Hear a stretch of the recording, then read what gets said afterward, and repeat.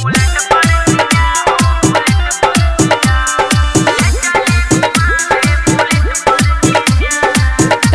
by RLA Recording Studio. जातारू माई के दर्शन तू करे, काहे के लगलू है सजे सवारे। जातारू माई के दर्शन तू करे, काहे के लगलू है सजे सवारे।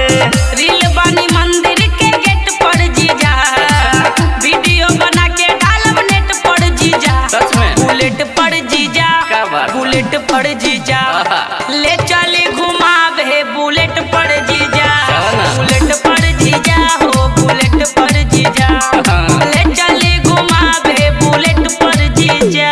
चल ना।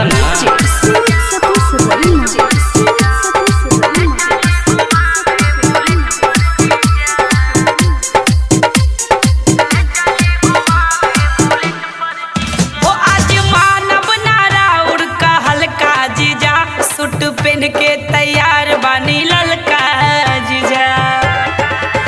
जवन कहबू खाए के साली, उ घर ही लिया दे हम हो। डेयरी मिल्क कह चॉकलेट, 2 पैकेट खिया दे हम हो। मानव न हम चॉकलेट पर जीजा, चौमिन चाट के प्लेट पर जीजा। बुलेट पर जीजा, चलो ना। बुलेट पर जीजा, ले चले घुमावे बुलेट पर जीजा। अच्छा। बुलेट पर जीजा हो, बुलेट पर जीजा, ले चले घुमावे बुलेट पर जीजा।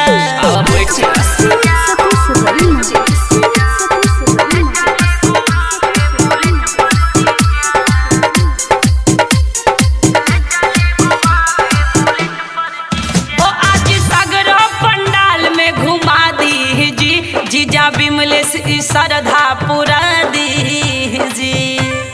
अच्छा तो सुना, जयबू माई के दर्शन करे कि तू वीडियो बनाबे जयबू। मानवतिया विनय पांडे के की मोबाइल भूलबाबे जयबू।